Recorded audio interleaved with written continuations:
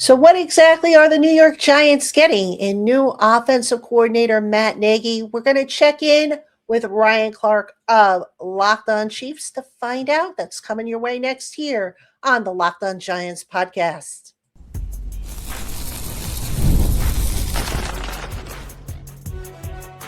You are Locked On Giants, your daily New York Giants podcast, part of the Locked On Podcast Network, your team every day.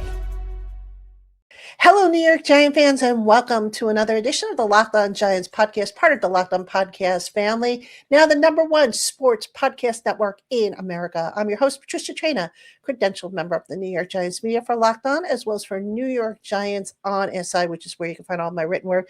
And we welcome on in our Everydayer Club members, our Blue Crew community members, our newcomers, and everybody in between. Thank you for spending part of your day with us here on the Locked On Giants podcast. And today's episode of Locked On Giants is sponsored by Prize Picks. Download the Prize Picks app today and use promo code Locked On NFL to get $50 in lineups after you play your first $5 lineup. All right, Giant fans, as promised, I reached out to the fantastic duo over at Locked On Chiefs, Ryan Tracy, Chris Clark, and with me today is Ryan Tracy, going to tell us a little bit about Matt Nagy and his time with the Kansas City Chiefs, what we're getting here in the land of the Giants, and all that good stuff. So first off, Ryan, thank you so much for joining me. Thanks for having me, Ms. Patricia. Nice to see you. Always good to see you. We don't get to see each other a whole lot, but this is the second time, actually. We saw each other during the season, so this should hold us over, hopefully, for a little bit. But anyway. All right. So, Ryan, Matt Nagy, who really I don't think was on a lot of people's radar. I know that Matt Nagy had the second stint that he had with Andy Reid, 3 years, decided not to renew with him. Was it his decision? Was it a mutual decision? What went into Matt Nagy not returning to the Chiefs? You know, when no one's come out and made a statement about whose decision it was, it feels to me like it was mutual. It is very much in the Andy Reid vein of doing things where he's trying to help his tree grow. Guys that work for him, he's trying to get them to the next level, to their next position, and up the ladder. So I think they both kind of agreed that at this point, Matt wasn't getting anything out of staying in Kansas City any longer. And quite frankly, it may have pulled back a little bit, his popularity, because the offense has not been as prolific the last couple of seasons. And it's very much Andy's team. So it's a tough situation that if they do well or something's innovative, Andy generally gets the credit. And if you do badly, the coordinator usually gets the blame. So I think it's to that point where it was like, get a refresh after the Chicago thing, get back in what was a rhythm. And I do feel that he is very creative and develops part of that rhythm in the way that a play call goes in a given day. But it's time for him, if he wants to get back onto that head coach track, he needed to get out from under Andy. And I think this move actually really does that pretty well for him. Yeah, there was some talk that he, I think, was up for a couple of head coaching jobs, didn't get it. But just sticking with Andy for a moment and the whole Chiefs situation, Andy was the primary play caller, if I am correct. What exactly was Nagy's role then as offensive coordinator? Was he just an advisor? Because, I mean, I would think Andy is like the granddaddy, if you will, when it comes to offensive play calling. So just what exactly, based on what you know, did Matt Nagy contribute to the offense? It's a large process. A lot of install is related to the offensive coordinator and the passing game coordinator, Blademeyer in Kansas City. They're kind of the brain trust during the week that bring things to Coach Reid. Coach Reid has his own. He always says, hey, I have 51% of this offense. Everybody else contributes. But on game day, it's very specifically a cycle through the headsets of the quarterback talking to the OC, talking to Coach Reid, and back down around with some other evidence thrown in there, especially on down and distance decisions. Mike Frazier's the analytics guru on the coaching staff that is also in that loop. So there's a good 4 voices on any given play that are contributing to that. And it's basically you bring the bill up and the president and Andy Reid gets to decide whether he vetoes it or not. Generally, a lot of the scripting that Andy Reid puts in is the first 15, and that is usually by consensus. Maybe it has an emphasis somebody brought up or not. After that, it really is who's got a feel for what's working, and they work through it as a group, with Andy being the last decision. I want to go back really to Matt Nagy's first stint with the Chiefs, and that's right around the time Patrick Mahomes was just getting started, and he got a lot of credit for helping Mahomes to kind of get on the right track and whatnot.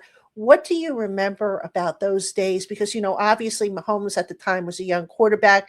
The Giants have Jaxson Dart, a young quarterback, and, just in how he approached developing or contributing to the development of Patrick Mahomes, what stood out to you? The big thing was that there were questions, even in my own head. I did not have Patrick Mahomes as my number one quarterback in that draft class. I really didn't. And there were some things mechanically that had to be addressed. He had to learn how to run a huddle, more importantly, how to run a meeting room and how to communicate. And Matt Nagy had a lot to do with that. They kind of gave him a couple of mentors in the room. Obviously, Alex Smith was a large part of that, but the coaching staff had Matt Nagy on it. There was a number of people that had input. And I do believe that if you go back to that time, Patrick would tell you that Matt and he spent maybe the most time together. And so that initial development to where he got on the field, and you have to remember Patrick Mahomes sat his first year until the final season of the game. Game of the season. And so it was a lot of one-on-one, a lot of theoretical things because he wasn't in the ball games. And I think that kind of created a bond that allowed him to come back and be able to hit the ground running on his second stint in Kansas City and really bring kind of the loftier, crazier kind of, hey, what if we did this type mentality? And I do think it was more experimental in the second go, but it was more fundamental in the first go.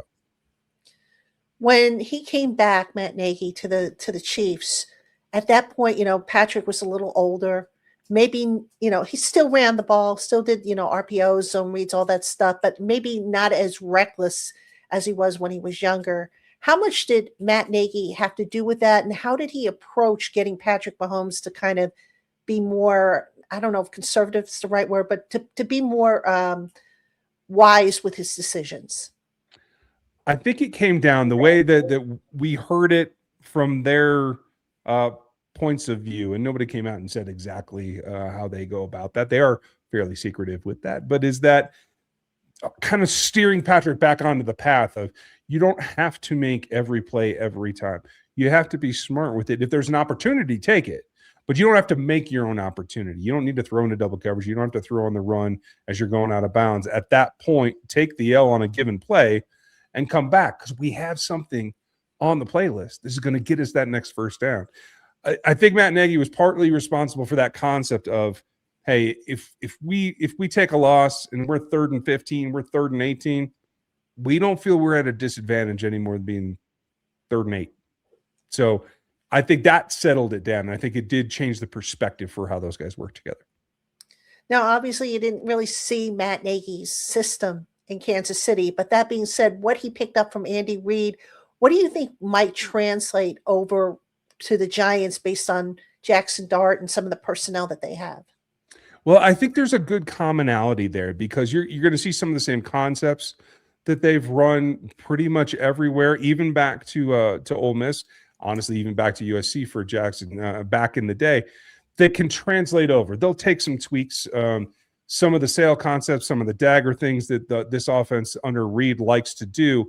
I think there'll be variations that Matt Nagy will take in, but I think they've done that partially with Mike Kafka in place as well. So I think for this situation to have that kind of process where someone else from the Andy Reid tree has already been in place and already worked with this quarterback, I do feel like there can be maybe a little bit less of a jarring change, more of a smooth elevation to where they're going to go with it. And Matt Nagy's be able to take something that maybe Kafka put in or another concept and just kind of riff on it without having to really tear it down and build it back up.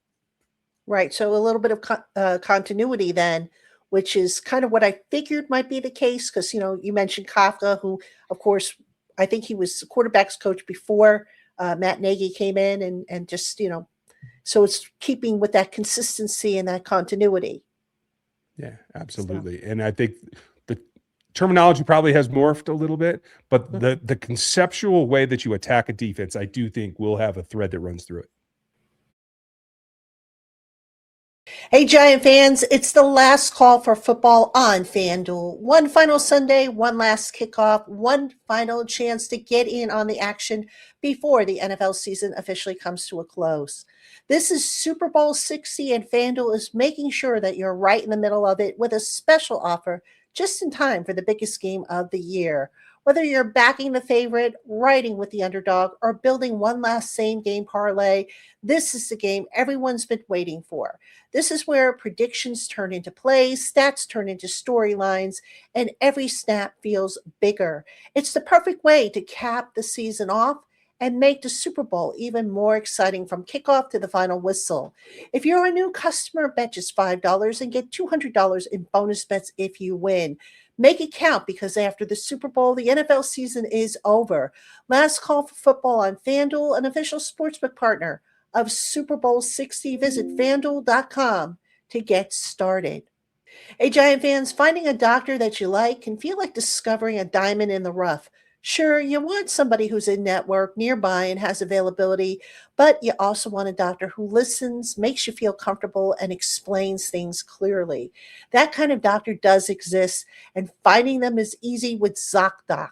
ZocDoc is a free app and website that helps you find and book high-quality in-network doctors so that you can find someone you love without all the hassle. We're talking about booking in-network appointments with more than 150,000 providers across all 50 states, covering over 200 specialties from primary care and dentistry to dermatology and eye care. ZocDoc makes the process simple. You can search by specialty or symptoms and actually build a care team that works for you.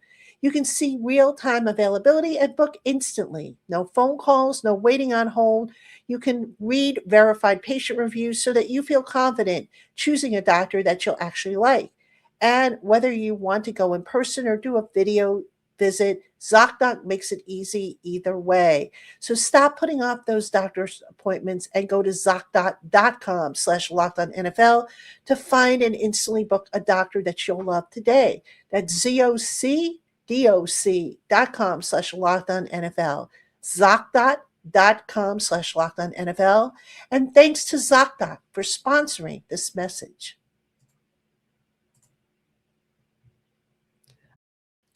Now, just, I don't know how much you followed Matt Nagy when he was with Chicago, but one of the critiques of him was that his offense really didn't have an identity. And when the defenses figured out what they were doing, he didn't have a counterpunch. Did you find that to be the case? And again, I know he didn't call the plays in Kansas City, but he contributed to it. So was that maybe behind some of the drop-off in the Kansas City offense, do you think? Maybe a bit. I never felt in his time in Chicago that it was. I agree that I don't think that they ended up having an identity. I don't know that that was because of the coach. I do feel the personnel in that particular situation was a limitation that he had to work with that was maybe beyond his control for a first-time head coach, to tell you the truth. But it is fair to say that since his second stint, the process in Kansas City has slowed down. The offense has become less efficient. It's also been coincided with a drop-off in talent at both the target at wide receiver position, with a number of issues going on there, and the offensive tackle position. So it's difficult to untie them in my mind. But I do think that there are some correlations there, that finding an identity, and I think with the recovery of Scadabo and Nabers is going to be crucial to do that. I think that's got to be job number one for Matt Nagy. Was there a point in time this season where Andy Reid let Matt Nagy call the plays in, I think, a couple of games or so? There's always those games where we hear, hey, this was more of an OC. I stood back. Do we have that confirmed? No. But we know that Andy does like, especially when he feels that the matchup or the game plan in particular is very well put together in their advantage, that he does take a little bit more of a step back, and the conversations become more between Patrick Mahomes and it was Eric Bieniemy at first. You can go back to some of the times they were mic'd up where it was really a one-on-one conversation about running Wasp in that Super Bowl. Same kind of concept with Matt Nagy as well. There are times that happens.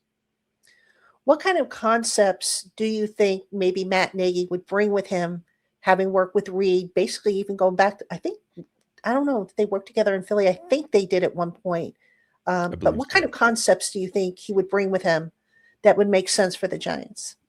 Some of the staples that I think are going to depend on personnel that are not the stars. You're going to see mesh concepts across the middle. You're going to see play action that looks to move linebackers out of the way of what they want to try to do.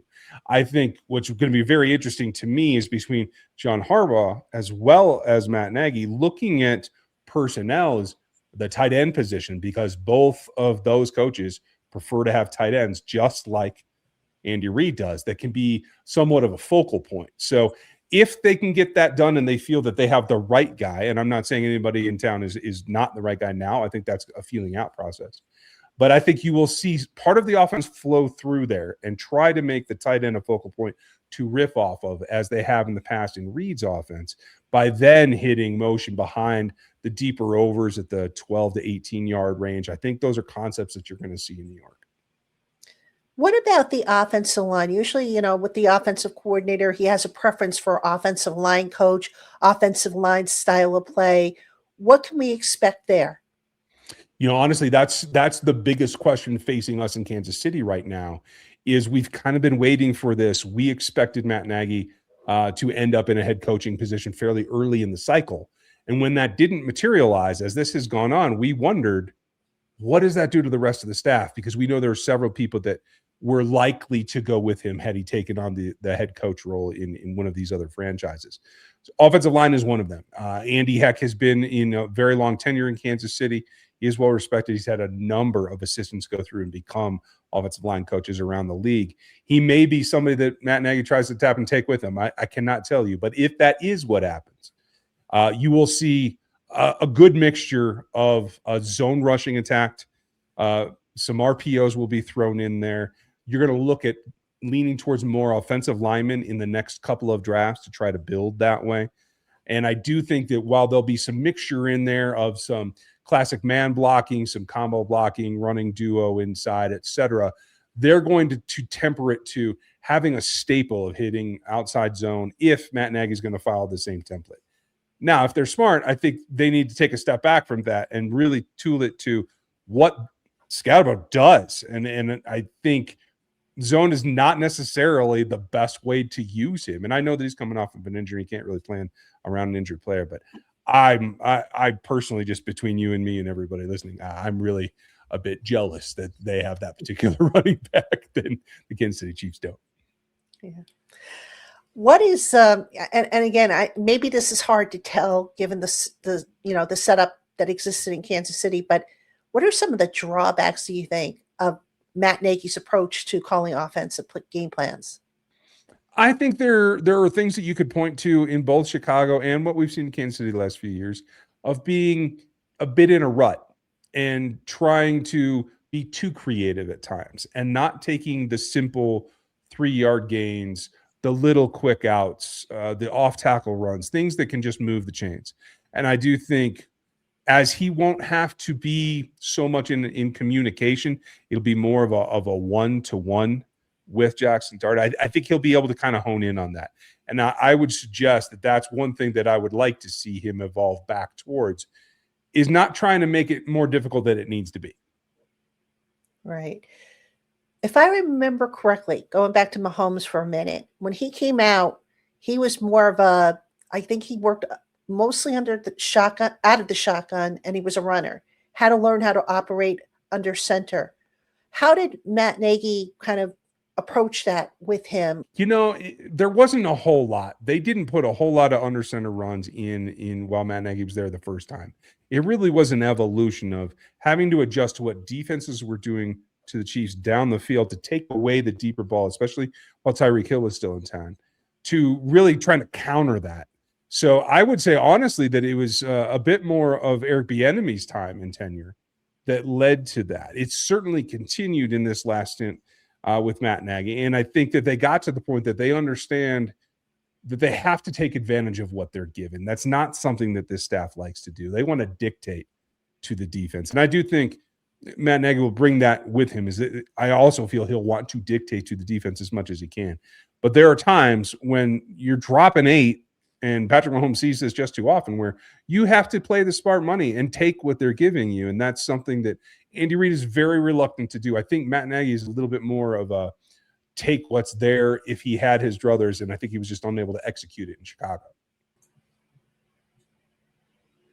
Hey, Giant fans, if you've ever hired someone who looked good on paper but wasn't the right fit for you, you know how that can set you back. When you want candidates who truly match what you're looking for, trust Indeed Sponsored Jobs. Indeed Sponsored Jobs puts your post at the top of the page and helps you to reach the right candidates faster. According to Indeed data, sponsored jobs posted directly on Indeed are 90% more likely to report a hire than non-sponsored jobs. Spend more time interviewing candidates who check all your boxes and deal with less stress and less time with Indeed Sponsored Jobs. Listeners of this show get a $75 sponsored job credit to help give their job opening the premium placement it deserves at Indeed.com/LockedOnNFL. Terms and conditions apply. If you're hiring, do it the right way with Indeed. Hey, Giant fans, it's a new year, new systems, and this is the time when a lot of us look at the messier parts of how we run our business and think there has to be a better way. And you know what? There is. Streamlining your communications is one of the quickest upgrades you can make. That's why today's episode is brought to you by Quo, spelled Quo, the smarter way to run your business communications. Because when your team is reachable, organized, and communicating in one place, you're not just working cleaner, you're creating more opportunities to connect with customers. Your whole team can call and text from one shared business number so that nothing gets missed. Everyone sees the full conversation thread, which makes replies faster and more personal. It works right from your phone or computer, and you can even keep your existing number. And Quo's smart AI tools automatically log calls, summarize conversations, and highlight next steps so that details never slip through the cracks. It's no surprise that Quo is the #1 rated business phone system on G2, trusted by more than 90,000 businesses from solo operators to growing teams. Make this the year where no opportunity and no customer slips away. Try Quo for free, plus get 20% off your first 6 months when you go to quo.com/LockedOnNFL.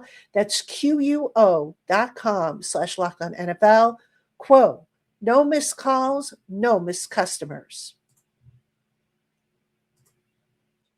Based on what you know about the offense, I know the Giants offense under Brian Daboll was very complex. A receiver could have like 3, 4, 5 options. Kind of reminded me a little bit of the old Kevin Gilbride offense. Is the offense that Matt Nagy, the system that he learned under Andy, is it a little easier? Is it, and what are the characteristics of that offense? In other words, is it half field? Do they look at the whole field? Are they more outside the numbers with the pass game? What are they specific to? It will not be half field. This quarterback will have to see the entirety of this field. It will be a bit of a mixture. They'll want to try to push outside, especially with a receiver like Nabers, but that's not going to be the bread and butter. They're going to use that as the draw, and they're going to use a lot of motion to try to pull coverage towards Nabers at first so they can get other guys loose in easy throws. And I think that's going to be a staple of getting to the point where you can get those 8 to 12-yard passes that you can just matriculate down the field. That will be a staple. Beyond that, there will be option routes. It will be, I won't say 5 options, but there will be a lot of option routes where at least you have a two-way go on a given route combination, especially for the inside receivers and the tight end. Again, going back to the tight end being a staple of what Andy Reid's system has always been, and most of his tree have been adopted. So that gives you a little bit more flexibility because you're generally going to get a more favorable matchup out of that tight end spot, so long as they draft and bring in players that I do think they will, that are more on the athletic side as pass-catching tight ends rather than true wise inline blockers or anybody that's kind of a mixture. So I think those are some staples you can look at. You're going to see crossing routes. You're going to see switch releases. You'll see stacked formations if I'm anywhere close to what I expect. I don't think it'll be as much of a 3-by-1 kind of offense as Andy Reid likes to run, because I think that is a little bit more predictable in what they're trying to accomplish. So the real question for me is going to be, how do they choose to run to set up all of the passing game complexity, and how fast can they learn that offense?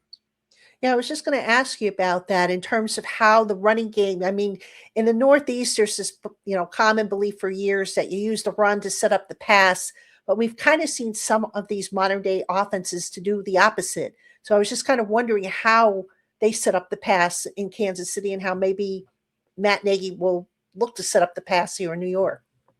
I feel like with the personnel that are in New York, I can't guarantee that, because Andy Reid, and I think Matt Nagy wants to follow it in general, uses the pass to set up the run.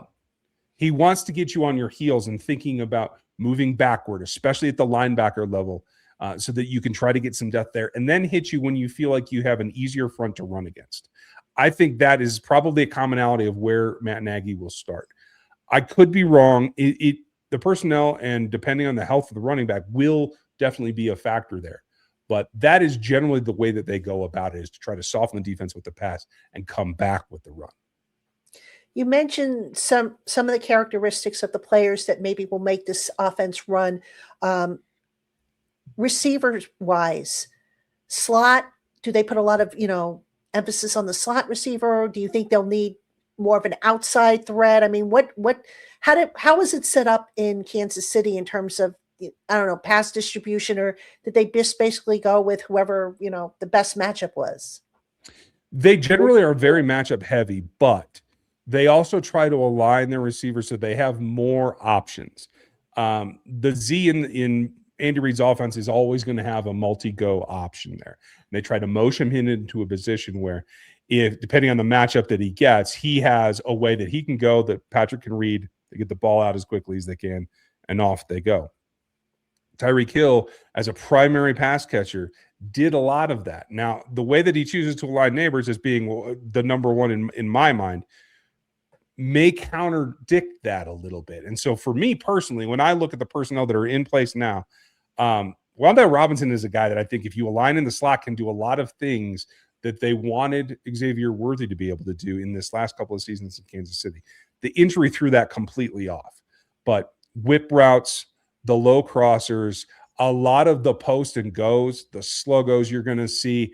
I think those are all a lot of options that are going to be run out of the slot that give Dart probably a cleaner read, less traffic to throw through, and get it into the athlete's hands. What about offensive linemen? I mean, some coaches prefer smaller, quicker, athletic offensive linemen. Some prefer the big elephants, as George Young used to call them. What is the typical characteristic of the offensive lineman to run this offense? The Andy Reid system relies on athletic offensive linemen at every single position. Now, there's different values in athleticism for tackles and guards. They have to get in space. The screen game will be significant in this offense, and I do believe Matt Nagy will continue that. You have to be able to move in space, but you also have to be able to anchor down, particularly the interior three.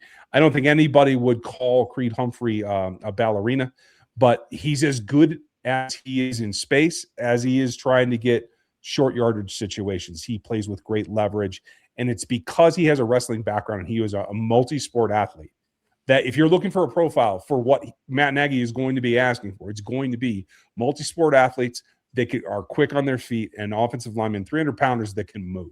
That's what they're looking for.